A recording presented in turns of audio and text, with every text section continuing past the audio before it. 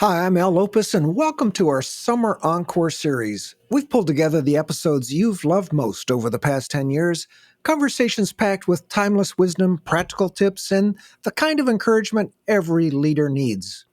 Whether it's your first listen or favorite worth replaying, these episodes still hit home and might just be the spark you need this summer. So let's jump into this Encore episode and see what insights await. Welcome to the Flourishing Culture Leadership Podcast, your home for open, honest, and insightful conversations to help develop your leadership, your team, and build a flourishing workplace culture. My guest today is Ruth Haley Barton, a sought-after teacher, author, retreat leader, and trained spiritual director, and she's one of the leading Christian voices today for developing a vibrant inner life for Christian leaders. Her new expanded edition of her book titled Strengthening the Soul of Your Leadership, Seeking God in the Crucible, is just republished, and I can't wait to hear her insights, stories, and wisdom that speak to a leader's transformation and how it intersects with an organization's culture. Hi, Ruth, and welcome back to the Flourishing Culture Podcast. Thanks, Al. It's so good to be with you. Great. And before we dive into your latest expanded book, I wonder if you might take a moment to say a few words about yourself so we can get to know you a little bit. What's most life-giving for you?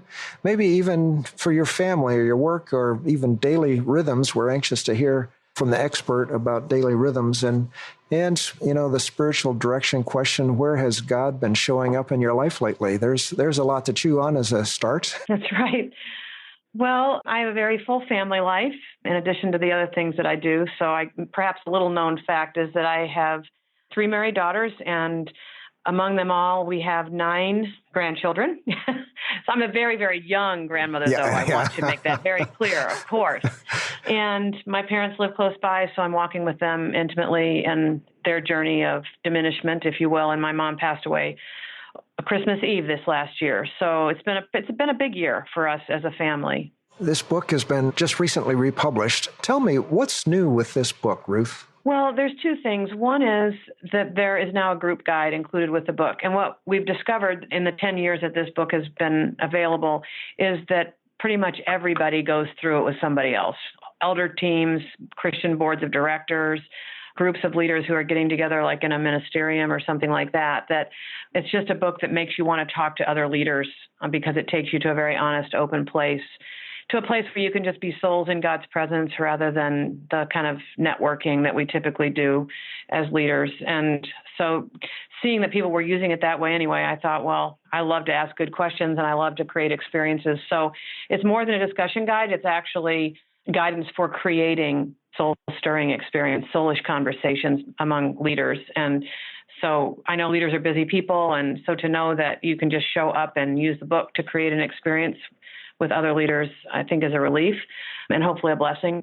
And then the other thing that's included that I'm very excited about is what I call the How Is It With Your Soul assessment for leaders, which I've been using in my teaching for just as long as the book's been out, but I just never included it in published form. But now there's this 15-question assessment, you could call it that, but I like to talk about gentle noticing because I think the soul is tender and needs us to be gentle with it. And so there are 15 questions for helping us to gently notice what's true for us at the soul level. So both of those things are new additions to this version of the book. Well, that's great. And I really like your experience where you've seen boards of directors, groups of leaders who actually go through it. And now you've got a guide that will help them process it. Mm-hmm. Yeah. Yeah, fantastic. Well, in the book, Strengthening the Soul of Your Leadership, you know, it comes with a question that I see Christian leaders reading and asking, yep, that's me.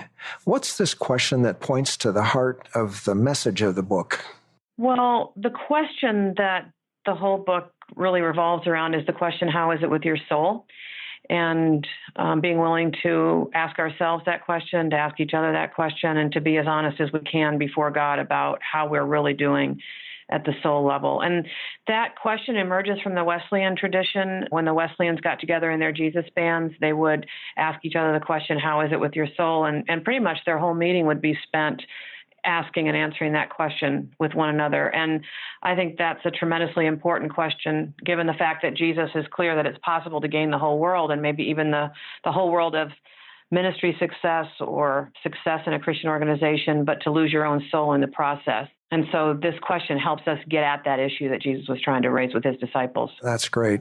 You also point out the statement, I'm tired of helping others enjoy God. I just want to enjoy God for myself. You see that in other Christian leaders, I understand. Yes, I do. I think many of us who are involved in professional Christian work, sometimes we lose touch with our relationship with God, the very thing that got us into ministry, the gratitude that we feel for what God's done for us, the passion that we have to do what God is calling us to do in the world. It's a really good thing, but it can also wear us out. And so sometimes in very honest moments, we might say, you know what, I'm tired of doing all this stuff for God. I'm tired of helping other people experience God. I just want to enjoy God for myself. And that is definitely the experience that I had that actually prompted me to take the journey that resulted in this book. And if a leader is experiencing that right now and listening to this, what would you recommend they do? Well, the first step is to be honest, and sometimes it's hard to be honest about how things really are. And even though it's uncomfortable, that really is an excellent first step, is to just tell the truth to God about how you're doing at the soul level. And then to say to God, what are we going to do about that? And what I like about that question is that, number one, it reminds us that we're not alone with whatever it is that we're seeing in our own souls. And number two, it reminds us that it's not just up to us by ourselves to figure out what to do, that God is with us, God sees our lives as they really are, and God is there to help and to guide us into the everlasting way, into a life-giving way of life. And so I do recommend that when leaders find themselves in this place, that they step back and, as much as they can, create some space for being with God with what's true, and then entering into some experiences that are replenishing and renewing for them, and eventually establishing some sacred rhythms in their lives so that they're always being replenished in God's presence. Yeah. You know, I love the title of your first chapter, When Leaders Lose Their Soul, and that's what we're talking about here. It's not for the faint of heart, I'll have to say, and I see lots of smoke here. Take us a little closer to the fire, the danger zone. What happens when not only the leader, but also the church or the Christian ministry that they're involved in loses its soul? What does this look like and feel like on the inside of a leader as well as in the community itself? Yeah. Well, on the inside of a leader, it feels like being disconnected from God, where you realize it's been a long time since I've been intimate with God for my own soul's sake. I'm busy doing stuff for God, but inside I'm empty.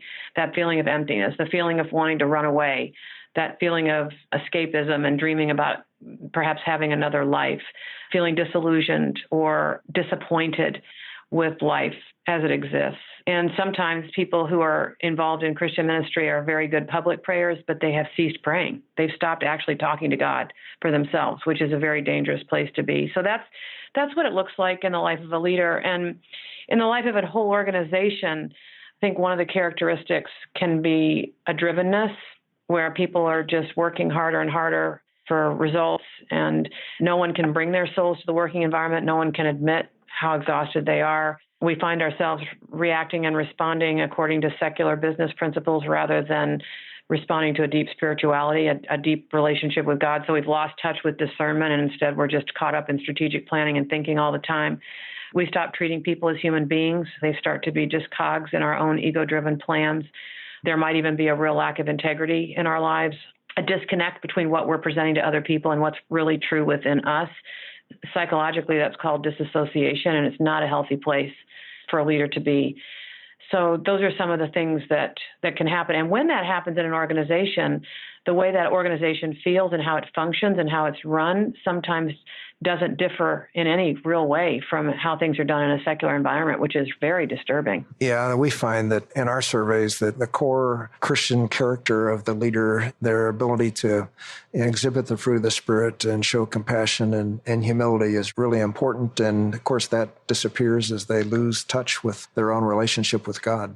Let me follow up with that. How about the leader who might be thinking, I've heard these unfortunate stories and I know there are personal risks to being a leader, but I've got this under control.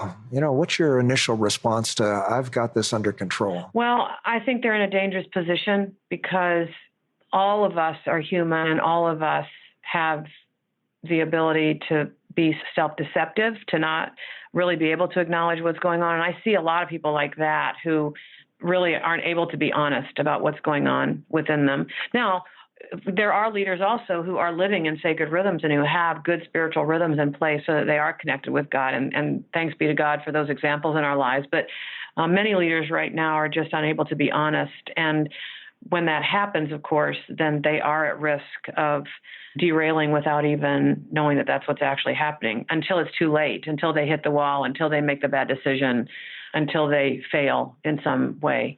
And then they wonder what happened. Well, you can look back and see it, but they weren't willing to see it, which put them in a dangerous position. Great thoughts. You know, in your book, Moses makes his presence known fairly early on. And I love the way you kind of talk about Moses' experience and his growth. What does Moses have to say in today's leaders who are centuries removed from his own life and times? What caused you to think about and write about Moses in this book? Well, I had written another book called Invitation to Solitude and Silence. And I wrote that book out of my experience of emptiness as a leader and really stepping off the ministry treadmill for a couple of years. And in Elijah, I saw a character in Scripture whose life mirrored where I was, and that was that he too went into the wilderness and was there for quite some time, left all his responsibilities behind, and encountered God in the wilderness. And so I did that, and I had that experience in my life.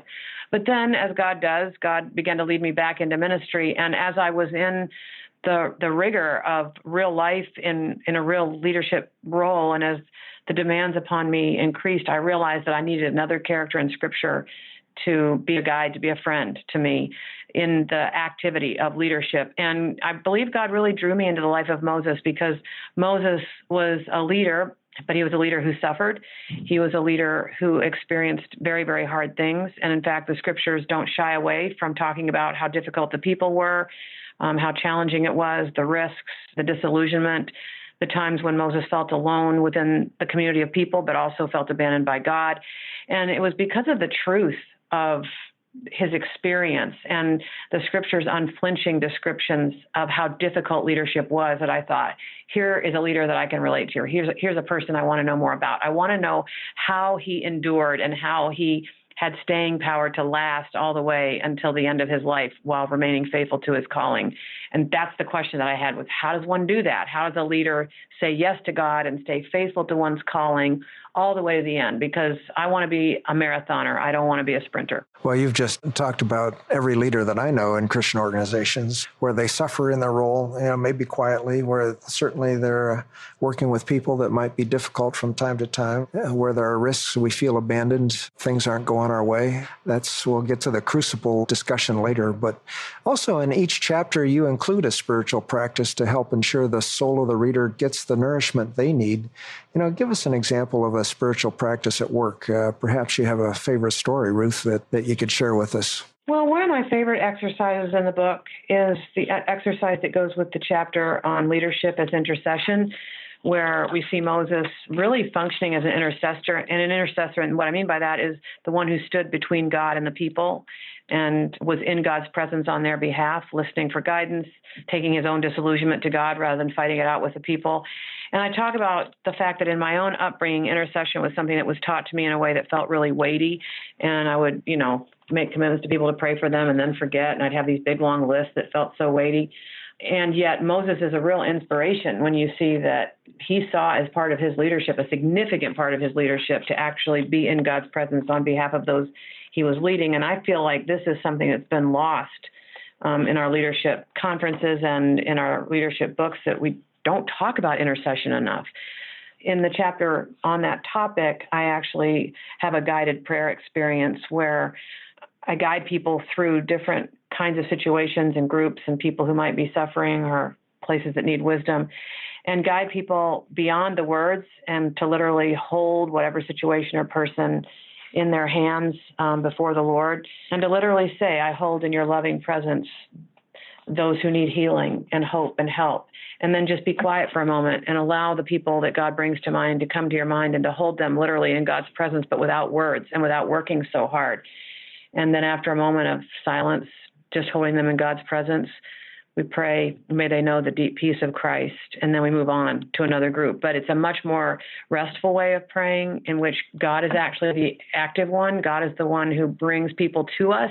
And then rather than working so hard, we just hold them in God's loving presence and trust God for them. And it's just one of my favorite parts of the book, and I guide this prayer experience regularly when I'm with leaders on retreat. And tears flow. It's very gentle, but it's very restful and very, very meaningful to hold the people that we care about in the situations that are so challenging in God's presence without working so hard to fix it.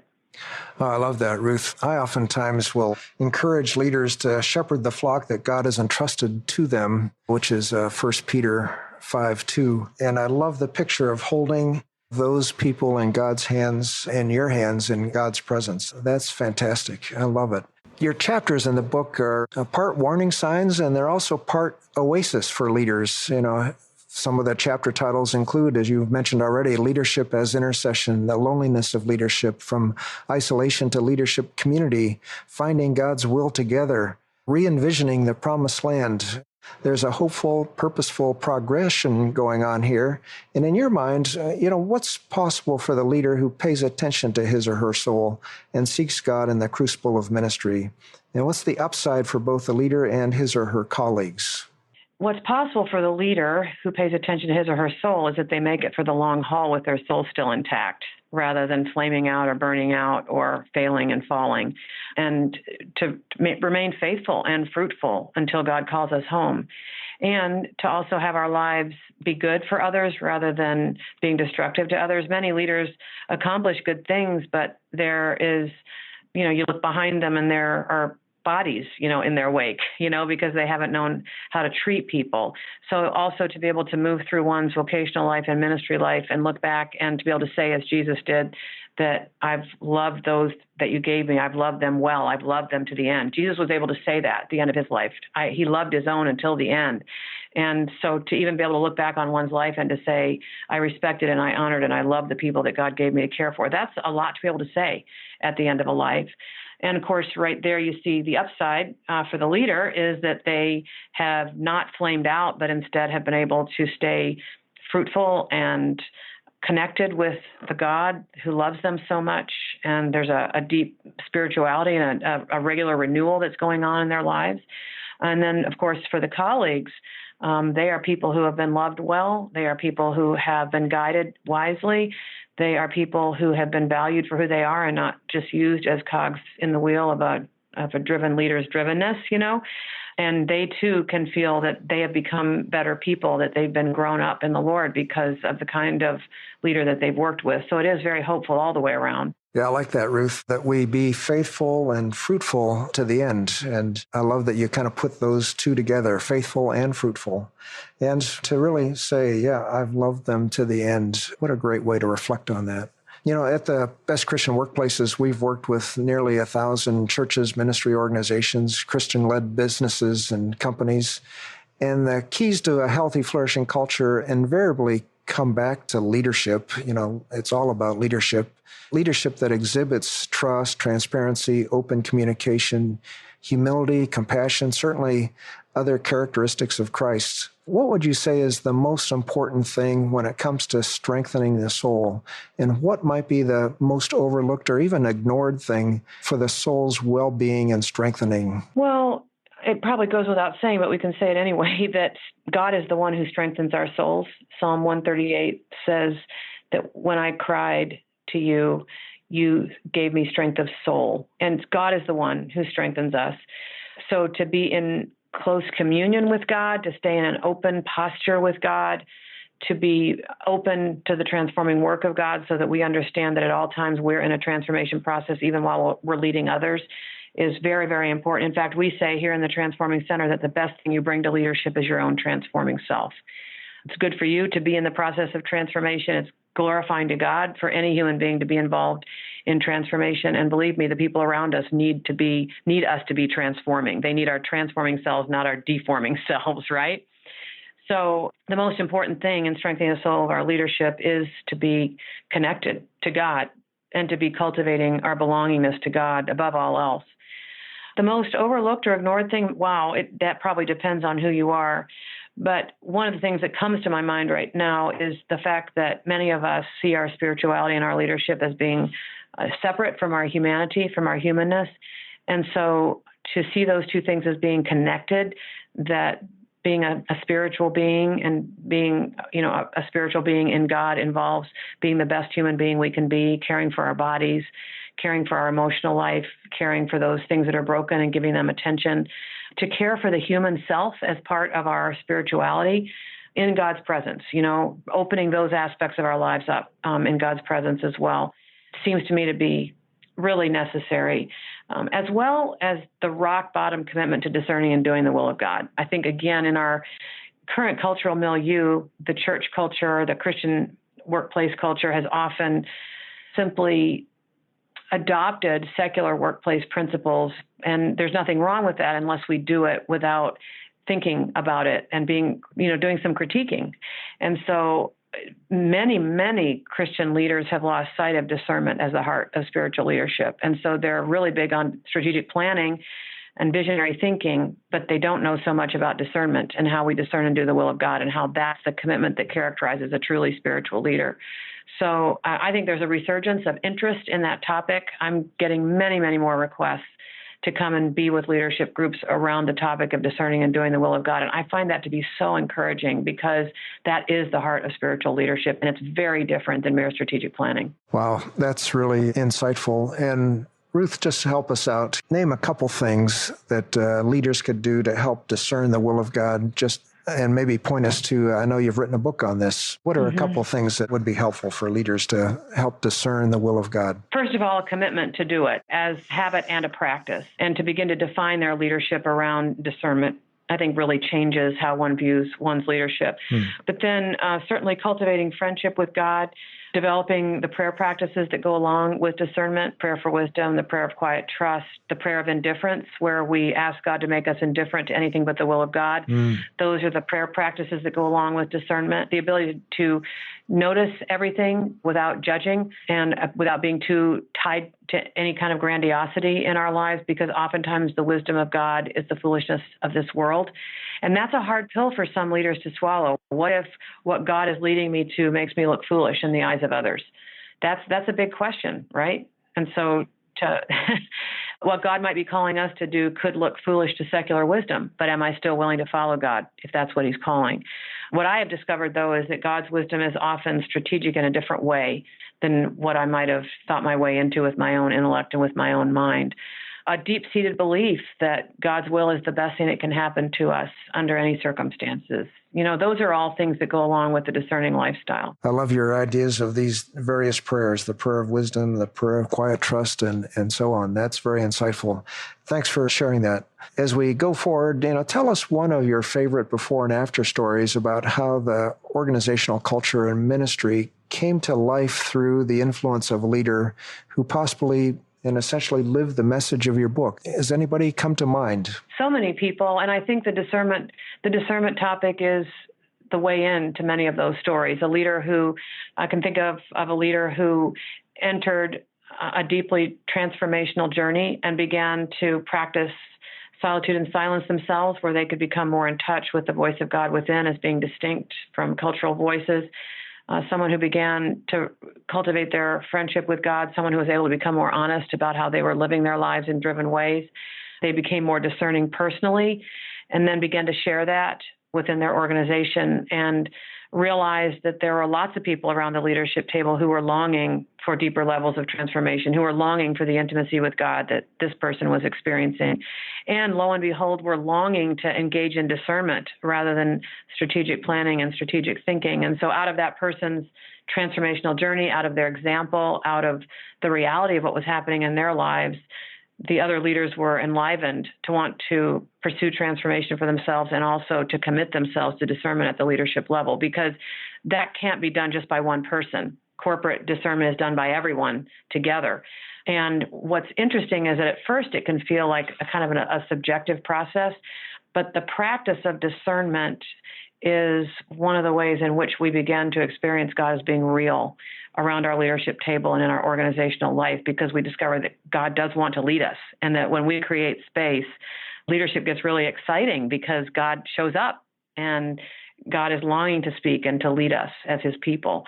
And then, the leadership meetings, rather than being so burdensome and laborious, actually become times of peace and deep sharing and excitement about what God is doing, and deep unity as well. Discernment fosters a very deep kind of unity, the kind of unity that many groups have not yet experienced. And so that's been the most exciting thing. I've heard many stories of groups that have been polarized, and then through the practice and process of discernment, they're actually unified around their commitment to discerning and doing the will of God. And God, the Holy Spirit, moves and works in bringing them to the unity that their hearts are seeking. From polarized to unity, that's a vision. I love it.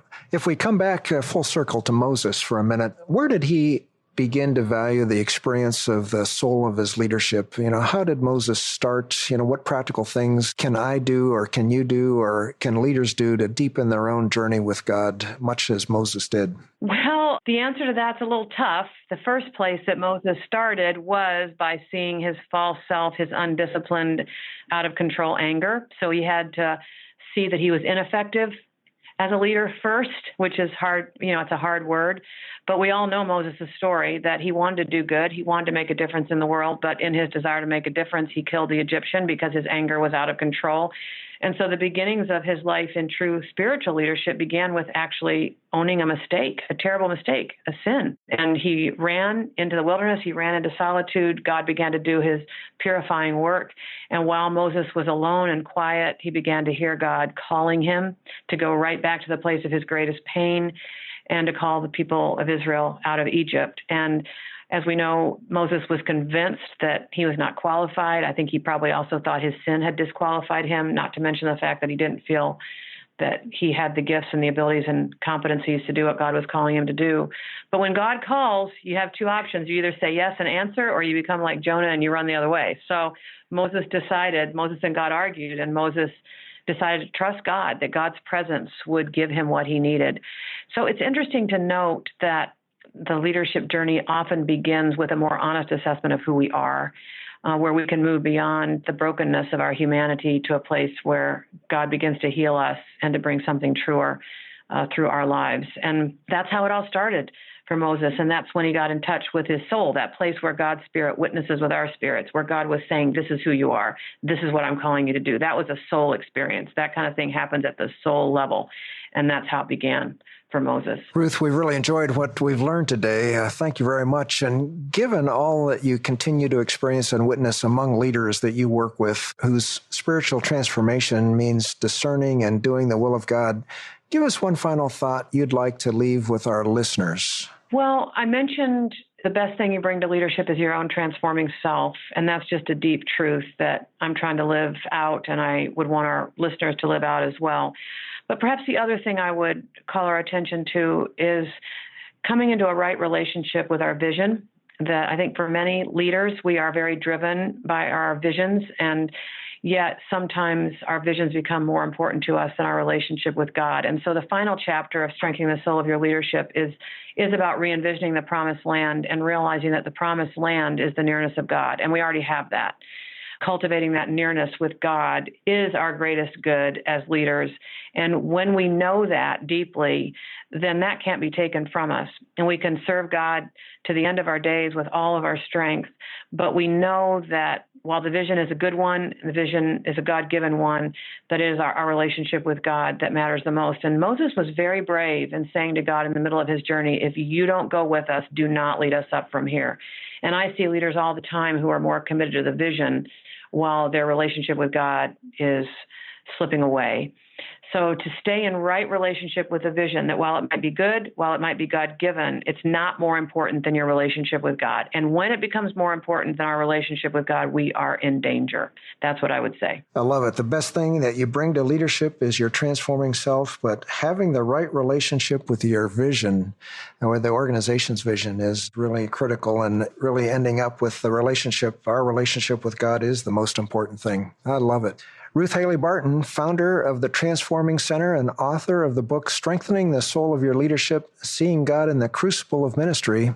Thanks for sharing your wisdom, insights, and stories, and thank you for extending your ministry to the leaders who have been listening and benefiting from all you shared with us today. And Ruth, I understand you have a book coming out soon. Yes, next month. It's called Invitation to Retreat, The Gift and Necessity of Time Away with God. Great. Well, we look forward to seeing that book. Maybe we'll have a chance to talk about that in the future. That would be great.